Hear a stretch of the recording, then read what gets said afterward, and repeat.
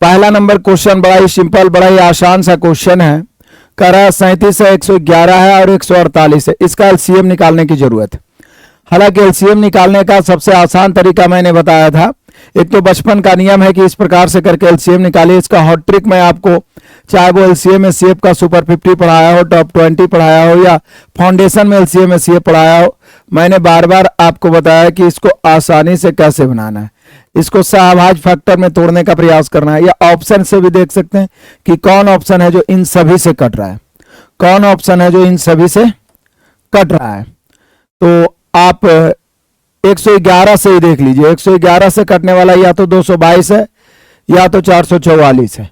अब 222 148 से कभी नहीं कट पाएगा, तो निश्चित रूप से हम सभी का आंसर 444 हो जाएगा।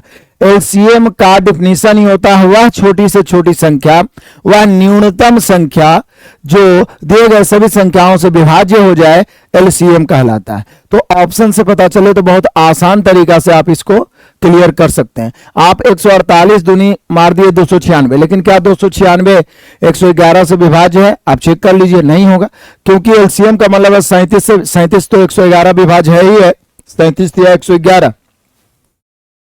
148 से 296 तो विभाज्य है, लेकिन मेरे प्यारो 111 से नहीं विभाज्य है। तो 111 को देखते हुए हमको लगा कि दो ही ऑप्शन है, ऑप्शन नंबर बी और सी, ऑप्शन नंबर बी और सी 111 से कटने वाला है। अब 111 से कटने वाला बी और सी है, तो 148 से 3 बार में देखिए कट जाएगा और 37 से भी कट जाएगा। आप ध्यान दीजिए बेहतर ढंग से, क्योंकि 111 से कट रहा है। तो क्लियर है? कोई दिक्कत परेशानी? तो आराम से हड़बड़ी में आंसर मारिएगा तो गलत हो जाएगा। अगला क्वेश्चन देखने में बहुत लंबा है, लेकिन बहुत ही आसान तरीके से इसको हम लोग क्लियर कर सकते हैं। पढ़िएगा, ध्यान दीजिए। पाइप टंकी में इस प्रकार का बहुत सारा क्वेश्चन हम लोगों ने बनाया है।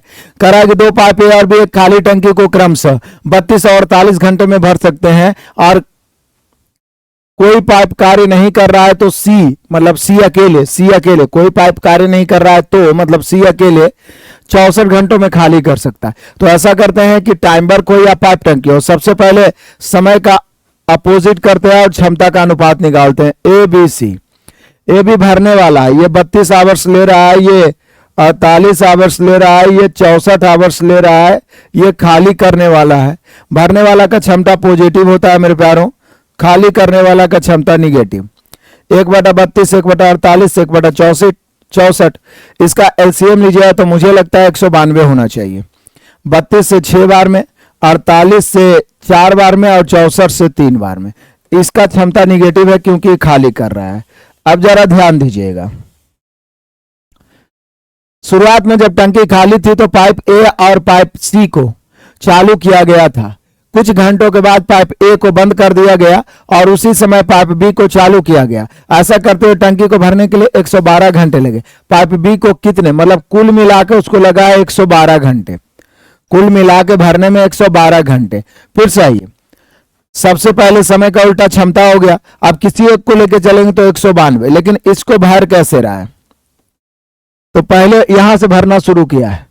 कहता शुरुआत में जब टंकी खाली थी, पाइप ए और सी को खोला गया। अच्छा, पूरा भरना है 192, ए और सी को खोला गया तो ये 6 भरेगा और ये 3 खाली करेगा। अपना अपना काम तो करेगा ही, जो भरने वाला है वो भरेगा, जो खाली करने वाला खाली करेगा। तो ये 6 भरेगा और ये 3 खाली करेगा। कुछ घंटों के बाद ए को बंद कर दिया गया, तब कुछ घंटा पता नहीं है। ए और सी मतलब ये 6 भरेगा 3 खाली, 3 के क्षमता से मान लिया जाए कि टी घंटा चला, टी एक्स बाई जेड जो भी मानना है, टी घंटा तक चला। उसके बाद ए को बंद कर दिया गया। अब बी को, सी को नहीं बंद किया, सिर्फ ए को बंद किया है। अब बी और सी चलेगा, सी तो चल ही रहा है, तो बी 4 भरेगा, सी 3 खाली, तो यहाँ 1 की क्षमता से भरेगा। ऐसा करते हुए टंकी को भरने में 112 घंटे। तो बोलिए कि सर अब है जो बी और सी चल रहा है, चूंकि ए को बंद कर दिया गया है और बी को चालू किया गया, तो ये 4 भर रहा है, 3 खाली कर रहा है, तो 1 बचा। 1 की क्षमता से अब जो है ये 112 माइनस टी घंटा चलेगा, क्योंकि टोटल 112 घंटा में भरा, जिसमें टी घंटा पहले चल चुका। अब टी का मान निकाल दीजिए, क्योंकि यही पूछ रहा है कि बी को कितने घंटे तक चालू रखा गया। अच्छा, बी को कितने घंटे तक चालू रखा गया, तो 112 माइनस टी जो होगा, चूंकि बी यहां से चल रहा है बाद में, 112 माइनस टी घंटा, तो पहले टी का मान तो निकाल लें, कैलकुलेशन करें, बहुत ही आसान है। 192 बराबर 3t, यहां पे ध्यान दीजिए, प्लस हो जाएगा 3t plus 112 minus T. 3t में से t घटेगा, 2t बचेगा, 112 आके 192 में घटेगा, 80 बचेगा, 2 बराबर 40। यदि पूछता कि a कितना देर बाद बंद किया गया तो 40 घंटे बाद, लेकिन बोल रहा है b कितना देर चला, तो b चला 112 माइनस टी, 112 माइनस टी, यानी आप कह सकते हैं 112 माइनस 40। 112 में से 40 घटा दीजिए, कितना हो जाएगा 72 घंटे। यानी ए पूछता तो 40 घंटे चला है, बी 72 घंटे चला है, ऑप्शन नंबर ए। तो एक आध दो क्वेश्चन ऐसा आएगा जो थोड़ा सा टाइम टेकन रहेगा, लेकिन आप प्रैक्टिस रहिएगा, कैलकुलेशन ज्यादा करिएगा, अपना स्पीड और कॉन्फिडेंस लेवल अप भर जाएगा। आइए शुरू करते हैं अगला क्वेश्चन। इनमें से कौन सी संख्याएं 6 से विभाज्य, तो ये बिल्कुल आसान क्वेश्चन है।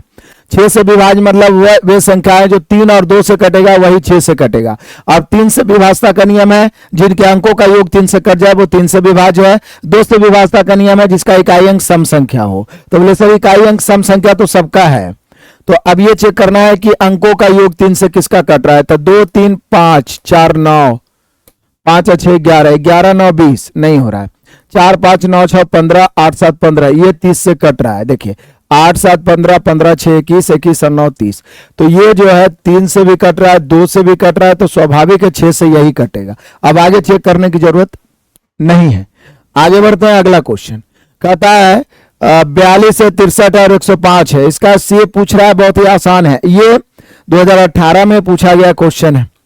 तो बोले सर एचसीएफ मतलब होता है बड़ी से बड़ी कॉमन फैक्टर। जैसे एलसीएम क्या होता है, वह छोटी छोटी संख्या जो दिए गए सभी संख्याओं से विभाज्य हो, जबकि एचसीएफ क्या होता है, वह बड़ी से बड़ी संख्या, कॉमन संख्या जो दिए गए सभी संख्याओं को विभाज्य कर दे, काट दे। जो कट जाए वो एलसीएम होता है, जो सबको काट दे वो एचसीएफ होता है। तो बड़ा ही आसान से आप इसको काट सकते हैं। तो बोले सर सिंपल है, 21 से तीनों कट रहा है, तो इसका मैक्सिमम एचसीएफ कितना हो जाएगा 21, ऑप्शन नंबर डी। क्लियर है, आसान क्वेश्चन है जिसमें समय नहीं लेना है। यही सबसे समय बचा के उस क्वेश्चन पे देना है जो टाइम टेकन क्वेश्चन हो। अब 5 नंबर क्वेश्चन कहता है ए और बी किसी काम को मिलकर 35 दिन में पूरा कर सकते हैं। ए अकेले करता है और 5/7 काम करता है। तो आप सोचिए कि 5/7 काम ए किया तो बी के लिए छोड़ा कितना, 2/7। आप रेशियो पढ़े हैं ना, 5/7 मतलब 7 में 5 कर लिया तो 2/7 छोड़ा और फिर छोड़ जाता है। बाकी काम भी पूरा करता है। कार्य को पूरा करने में कुल 90 दिन। इन दोनों में से अधिक कुशल ए द्वारा काम को पूरा करने में कितना समय। आप याद करिए, जब हम पिछला बार यूथ कंपटीशन का सॉल्यूशन करवा रहे थे, या इसका अलग मैंने वीडियो बताया था, सैंड्रा मयूरी वाला क्वेश्चन, ये टाइम वर्क में बड़ा ही बेहतरीन पिछला साल से पूछना शुरू किया था। याद होगा आप लोग में से बहुत सारे बच्चों को। इसको मैंने आपको ऑप्शन से बनाने के लिए बेहतरीन तरीका बताया, अभी भी मैं आपको सिखाऊंगा। कहता है ए एंड बी कितना दिन में कर सकता है, 35 दिन में। हम ए प्लस बी 35 नहीं लिख सकते हैं, क्योंकि ए और बी मिल के 35 दिन में कर सकता है। अब ए अकेले किया है 5/7 काम, तो स्वाभाविक है बी के लिए 2/7 होगा, क्योंकि 5/7 मतलब 7 में 5 हो गया तो 2 बचा। कुल मिला के लिया है ये कै दिन। हाँ, बी अकेले पूरा करते हैं, कार्य को पूरा करने में 90 दिन लगा। सबसे पहले तो ऊपर वाला ए और बी मिलकर 35 दिन में किया है, तो हम समय को तो नहीं जोड़ सकते हैं, लेकिन क्षमता को जोड़ सकते हैं। 1/a प्लस 1/b बराबर 1/35। सिंपल है। एंड दूसरा कंडीशन है कि ए जो किया है काम का 5/7 किया है, तो स्वाभाविक है बी 2/7 करेगा, और इतना करने में इसको 90 दिन लगा है। अब ज्यादा दिमाग नहीं लगाना है, इसको हल करिएगा तो बहुत लंबा चौड़ा कैलकुलेशन जाएगा। आप सोचिए, पूछ रहा है कि ए काम करने में कितना समय लेगा। सबसे पहले तो ए का कितना मान रखा जाए, ताकि बी का मान निकालने के बाद जब ए और बी रखें तो सेटिस्फाइड हो जाए। तो पहला तरीका तो यह है मेरे प्यारों कि ये नीचे में जो 35 है इसको तोड़ दीजिए, 7 5 35। तो समझिए ए और बी का मान में से कोई एगो 7 का गुणज होगा या 5 का गुणज होगा। तब बोलिएगा कि सर 7 का गुणज एक ही ऑप्शन है। 7 का गुणज एक ही ऑप्शन है, कौन, 42। और कोई 7 से कटता नहीं है, क्योंकि 7 यहां पे देखिए, जब हम ए का मान 42 रखते हैं, सच है कि 42, सबसे पहला उसी ऑप्शन को पकड़ना है जो 1/35 से, तो इसमें जो अभाज्य संख्या है उससे कट जाए। 42 रखते हैं, 7 42 6 5 30 उधर जाके घटेगा 60, 2 से 30 बार में 7 210। अब आप आराम से 1/42, ए का मान 42 और बी का मान 210 रखिए, कैलकुलेशन करिए, 1/35 आ जाएगा। तो इसलिए सिंपल सा बात है कि बटा में यहां भी 7 है, बटा में यहां भी 7 है और 7 से कटने वाला एक ही ऑप्शन है, तो ए जो है इस काम को करेगा 42 दिन में। कितना दिनों में करेगा मेरे प्यारों? 42 दिन में। तो इसी प्रकार से मैंने इस क्वेश्चन को सेलेक्ट करके पहले भी बताया था। कहता है समांतर चतुर्भुज का आधार, इसकी कहता है एक समांतर चतुर्भुज। अब जैसे समांतर चतुर्भुज आता है आपको पता चलता है कि आयत को टेढ़ा करके बनाया जाता है समांतर चतुर्भुज। ये आयत है, ये जो होता है समांतर चतुर्भुज है, समांतर चतुर्भुज। इसको आधार बोलते हैं, इसको आधार, और यहां से जो लंब खींचा जाता है इसको ऊंचाई बोलते हैं। ध्यान दीजिएगा, कहता है एक समांतर चतुर्भुज का आधार इसकी ऊंचाई से दुगना है। ऊंचाई को h मानेंगे तो आधार 2h हो जाएगा। एक समांतर चतुर्भुज का आधार उसकी ऊंचाई का दुगना है। ऊंचाई को h मानेंगे, सॉरी, ऊंचाई को h तो आधार 2h। यदि समांतर चतुर्भुज का क्षेत्रफल 392 है तो ऊंचाई क्या है? तो हम सभी जानते हैं किसी भी समांतर चतुर्भुज का क्षेत्रफल होता है सिर्फ आधार गुने ऊंचाई। एक तो होता है त्रिभुज का क्षेत्रफल 1/2 गुने आधार गुने ऊंचाई, लेकिन समांतर चतुर्भुज का होता है आधार गुने ऊंचाई। अब यहां पे क्षेत्रफल दिया हो 392, आधार है 2h, ऊंचाई है h, तो 2h गुना h बराबर 392। इससे h निकल जाएगा। जितना जल्दी काटिए, 2 से काटेंगे, 2 से काटिएगा 392, तो मुझे लगता है 196 बार में कट जाएगा। और यहां पे h स्क्वायर है,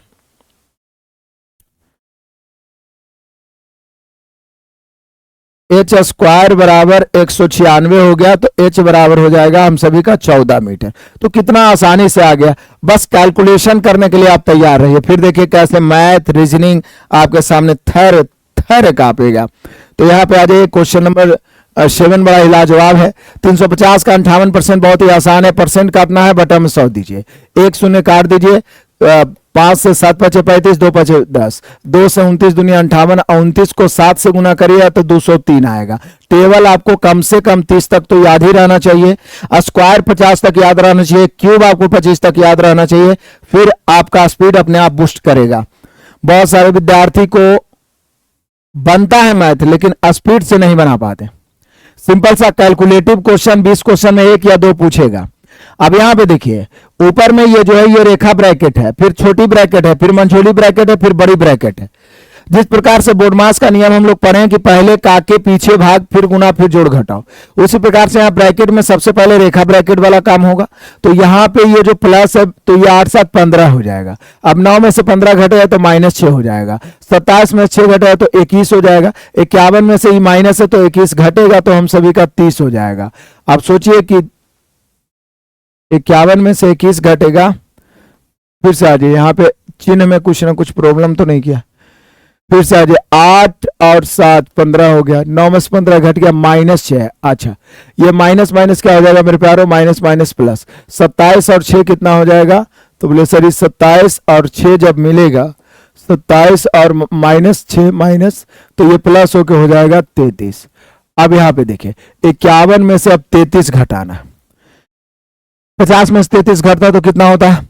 तो बोलेगा कि सर 17, 51 में से 33 घट रहा 18। अब सीधा बच गया 252/18। आपको नहीं लग रहा है कि 14 बार में 252 18 से कट जाएगा? 18 के 18, 18 चौक 72, 14 हो गया ऑप्शन नंबर ए। चलिए आगे बढ़ते हैं। 162 है, 54 है, 135 है। इसका सीएफ निकालना बहुत ही आसान है, आप ऑप्शन से भी चेक कर सकते हैं। बोले इस तरह से, पहली बात तो यह है कि बड़ी से बड़ी कॉमन फैक्टर एचसीएफ होता है। और आपको नहीं लग रहा है कि 27 से तीनों का ट्राई 6 बार में, 3 बार में और ये 5 बार में, तो इसका सीएफ सिंपल है कि 27 हो गया। चलिए आगे बढ़ते हैं सुपरफास्ट। कह रहा है जब एक 25.2 मीटर लंबी तार को 11:25 के अनुपात में विभाजित किया जाए तो लंबे टुकड़े की लंबाई क्या होगा? ये तो बाई रेशियो हो गया, और आप जानते हैं कि पूरा मैथ को रेशियो मेथड से हम लोग कैसे तोड़ देते हैं, आप सभी को पता है। देखिए, पहला पार्ट्स दूसरा पार्ट्स, लंबाई में आप तोड़े 11:25 है। आप सभी को पता है कि लंबा टुकड़ा 25 वाला होगा, तो लंबे टुकड़े की लंबाई क्या होगी? लंबे टुकड़े की लंबाई। बोले सर 25.2 है, टोटल है, यहां जोड़ेंगे तो 25 और 11 36 है, लंबे टुकड़े निकालना है 25 से। काट दीजिए, आसानी से काट दीजिए। 36 से भी आप काट सकते हैं। कितना बार में ये कट जाएगा? 6 सते 42, सते 21, मुझे लगता है 7 बार में, 0.7 बार में। 25 सते 175 होता है, एक अंक के बाद दशमलव, 17.5 मीटर। 17.5 मीटर हो गया ऑप्शन नंबर बी। 17.5 मीटर हो गया ऑप्शन नंबर बी।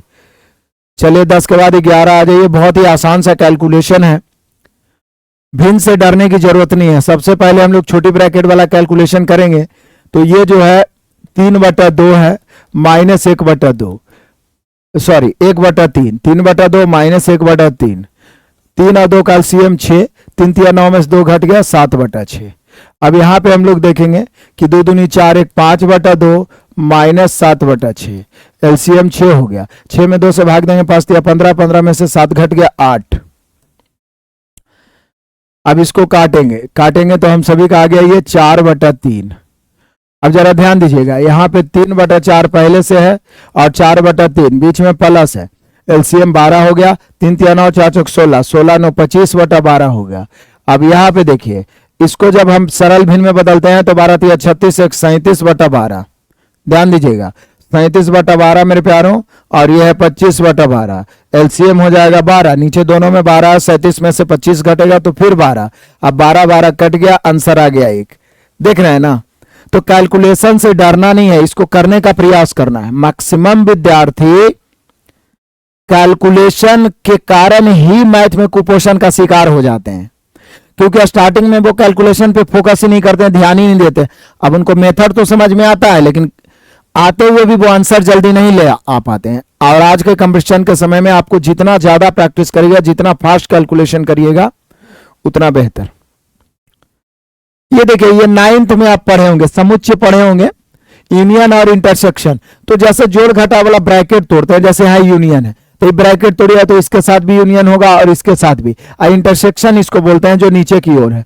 तो ए यूनियन बी और इंटरसेक्शन है बीच में, फिर ए यूनियन सी। चूंकि मान लिया गुना ही रहता, अब बीच में प्लस रहता, तो ए के साथ बी भी गुना होता और ए के साथ सी भी गुना होता। तो देखिए इस प्रकार को कोई ऑप्शन है, ए यूनियन बी और नीचे A union B intersection A union C. आप ऑप्शन को मिलाइए, बेहतर ढंग से मिलाने का प्रयास करिएगा। Option number C.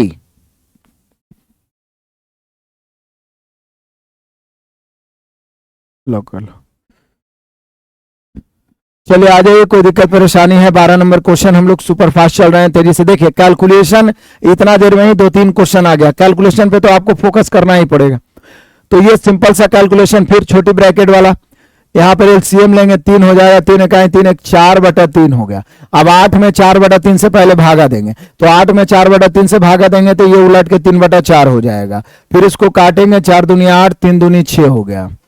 अब जरा ध्यान दीजिए, ये 5 प्लस में है, 6 भी प्लस में है, तो 5 6 11, और 11 में से 1 घटेगा मेरे प्यारों तो 10 हो जाएगा। अब आप देख रहे हैं 2 + 5 भागा है तो 5 भागा 10, 5 इकाई 5, 5 दूनी 10, 2 पूर्णांक 1/2 बच गया। 2 पूर्णांक 1/2 को आप 5/2 लिख सकते हैं। आपका आंसर आ गया ऑप्शन नंबर बी। आ जाइए आगे बढ़ते हैं। 5 साल के लिए प्रतिवर्ष, 5 साल के लिए प्रतिवर्ष 9% सरल ब्याज पर निवेश किया गया एक्स एक राशि है, उतना ही ब्याज पैदा करता है जितना बाई के निवेश पर 4 साल के लिए प्रतिवर्ष 7.5% सरल ब्याज। यदि आप मेरा साधारण ब्याज का वीडियो YouTube पे भी देखे होंगे, चाहे वो सुपर 50 के रूप में कराया है, टॉप 20 के रूप में, या मेरा असाइनमेंट का 8-9 टाइप में बांट के मैंने ASI को पढ़ाया है, जिसमें एक स्पेशल टाइप ही बताया था कि जब अलग अलग दर और अलग अलग समय पर साधारण ब्याज बराबर मिले, जब अलग अलग दर और अलग अलग समय पर साधारण ब्याज बराबर मिले तो ब्याज का उल्टा ही मूलधन होता है। तो कुछ नहीं करना है, इन्वर्स कर देना है। x अनुपात बाई, x पर कितना है 9% है 5 वर्ष के लिए, तो 1/9 × 45। बाई पर 4 साल के लिए 7.5, 7.5 × 4 30 होगा, तो 1/30। अब बटा में है तो 15 तिया 45, 15 दूनी 30, 2 इधर आ जाएगा, 3 इधर चला जाएगा। कितना आसान से आ गया अनुपात 2:3। जब बराबर हो जाए तो ब्याज का उल्टा। आ जाइए, समद्विबाहु त्रिकोण के दोनों बराबर कोण तीसरे कोण से दुगने हैं। देख रहे हैं, पहली बात तो ये समद्विबाहु बोला है। समद्विबाहु मतलब वैसे त्रिभुज जिसके दो कोण बराबर हो, दो भुजा भी बराबर हो। तो ये दोनों कोण हमने बराबर लिया। कहता समद्विबाहु त्रिकोण के दोनों बराबर कोण तीसरे कोण से दुगने हैं। तब तीसरा कोण को हमने थीटा माना और ये 2 थीटा हो जाएगा और ये भी 2 थीटा। हमने क्वेश्चन ही करा कि दोनों जो बराबर कोण है तीसरा कोण से दोगुना है। जो भी मानिए, x मानिए तो 2x 2x, इसको थीटा तो 2 थीटा 2 थीटा। अब हम सभी जानते हैं त्रिभुज समद्विबाहु हो, समबाहु हो, विषमबाहु हो, कोई बाहु हो, त्रिभुज के तीनों कोणों का योग 180 डिग्री होता है। बचपन से पढ़ रहे हैं आप। तो 2 थीटा 2 थीटा 4 और 1 5 थीटा बराबर हो जाएगा 180 डिग्री। 5 से 36 बचे 180 होता है, यानी थीटा बराबर 36 डिग्री। पूछ क्या रहा है? पूछ यही रहा है तीसरे कोण का माप क्या है, सिर्फ थीटा का मान पूछ रहा है। तो हम सभी का आंसर हो गया 36 डिग्री, ऑप्शन नंबर डी। चलिए आगे बढ़ते हैं। यदि 3 tan थीटा बराबर 2 तो पूछ रहा है 2 sin theta minus cos theta बटा 2 cos theta minus sine theta. अब देखिए एक बात ध्यान रखिएगा, एलपी हो या टेक्नीशियन हो, कम से कम 20 में 4-5 क्वेश्चन एडवांस मैथ से आपको क्रिएट करेगा। उसमें 2 क्वेश्चन ट्रिगोनोमेट्री से ही रहेगा। और ट्रिगोनोमेट्री का महामैराथन क्लास मैंने 4 पार्ट्स में बांट के यूट्यूब पे पढ़ा रखा है। एक बार नोट्स बनाते हैं उसको बेहतरीन ढंग से यदि आप पढ़ते हैं तो मुझे नहीं लगता है कि 80% क्वेश्चन आपसे छूटेगा। बाकी का मैंने फाउंडेशन बेहतर ढंग से पढ़ाया। 50 क्लास ट्रिगोनोमेट्री का मैंने दिया है, फाउंडेशन में उपलब्ध है। तो यहां पे कुछ नहीं करना, मैंने इसका स्पेशल टाइप बताया था कि ऊपर भी साइन कॉस नीचे भी साइन कॉस। तो रेशियो मेथड से देखिए 3 tan थीटा का मान 2 है तो tan थीटा बराबर क्या हो जाएगा 2/3। स्वाभाविक है, लेफ्ट में गुना में है तो राइट में जाके भागा में। अब यहां पे लंब आधार नहीं करना है। हम ये भी तो जानते हैं कि tan थीटा का मान होता है साइन थीटा बटा कॉस थीटा। tan थीटा का मान साइन थीटा बटा कॉस थीटा होता है। यहां साइन का मान 2 हो गया, कॉस का मान 3 हो गया। अब कुछ नहीं करना है, साइन के जगह पर 2 पुट करना है, कॉस के जगह पर 3। साइन के जगह पर 2 पुट करना है, कॉस के जगह पर 3। अब ऊपर देखिए कि 2 दूनी 4 माइनस 3, नीचे देखिए 3 दूनी 6 माइनस 2। ऊपर हो गया 1 और नीचे हो गया 6 में से 2 घटेगा 4। हम सभी का आंसर हो गया 1/4। किसी को दिक्कत है मेरे प्यारों तो बताइएगा।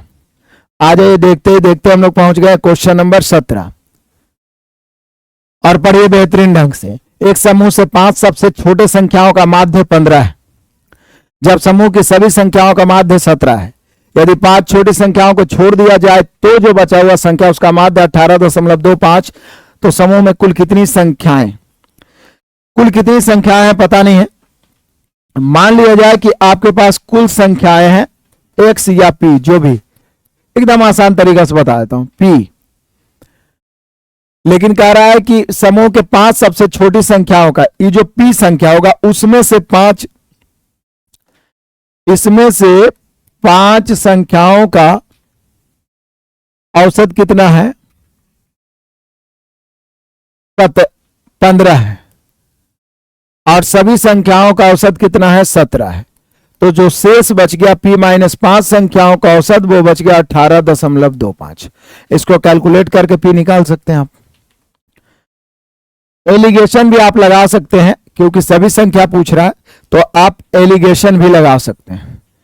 देख लीजिए, एक तो एक तरीका मैंने ये बता दिया, दूसरा एलिगेशन का तरीका मैं बता देता हूं। पहला समूह, यहां 2 समूह में बांटा गया है।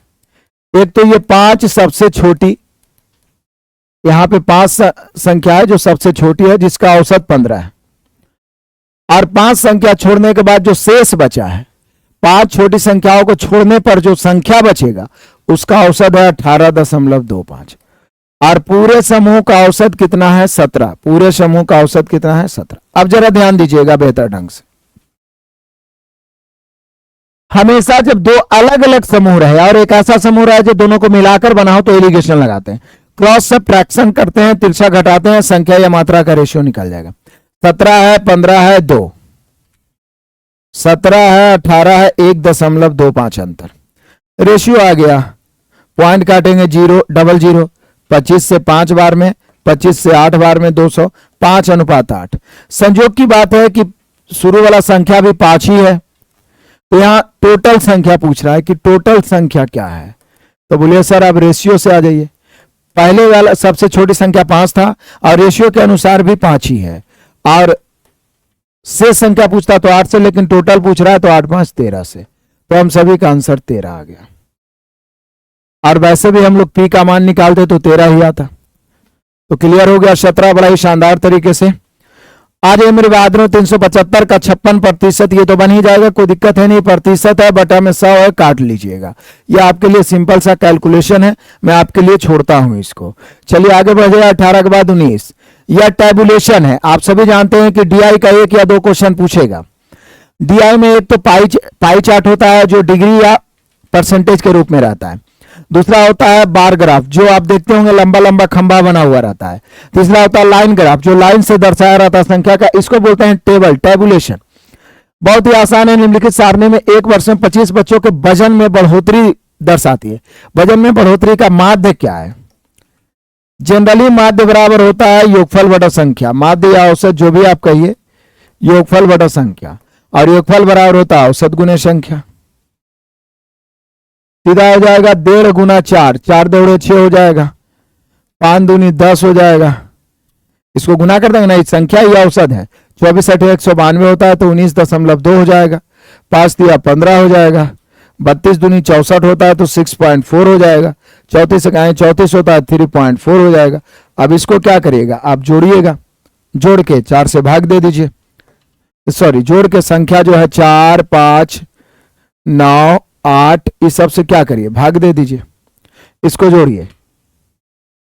4 4 8 2 10 के 0 हो गया, बचा 1 बचा। अब देखिएगा 10 6 16 16 16 और 19 35 35 और 15 50 50 अच्छे 3 9 59 59 1 60। तो इधर हो गया कितना, 4 5 9 9 8 17 17 17 5 22 2 22 और 2 24 1 25। तो यहाँ पे 60 बटा 25 हो गया। 5 25 12 25 60। 12 में 5 से भाग देंगे 2.4। तो यहाँ पर औसत जो हो गया 2.4 हो गया। औसत जो हो गया मेरे प्यारों 2.4 हो गया। आ जाइए 20, और ये मैथ का लास्ट क्वेश्चन है। मुझे लगता है 20 में लगभग आप लोग 20 बना लिए होंगे। इसके बाद रीजनिंग का ताबड़तोड़ सॉल्यूशन हम लोग देखेंगे। कहता सामान्य व्यास वाली 15 पाइप एक टंकी को 12 मिनट में भरती है। वास्तविक व्यास से दुगने व्यास वाली 6 पाइपें समान प्रवाह की गति से कितने समय में? बहुत सारे विद्यार्थी इस क्वेश्चन को गलती करते हैं।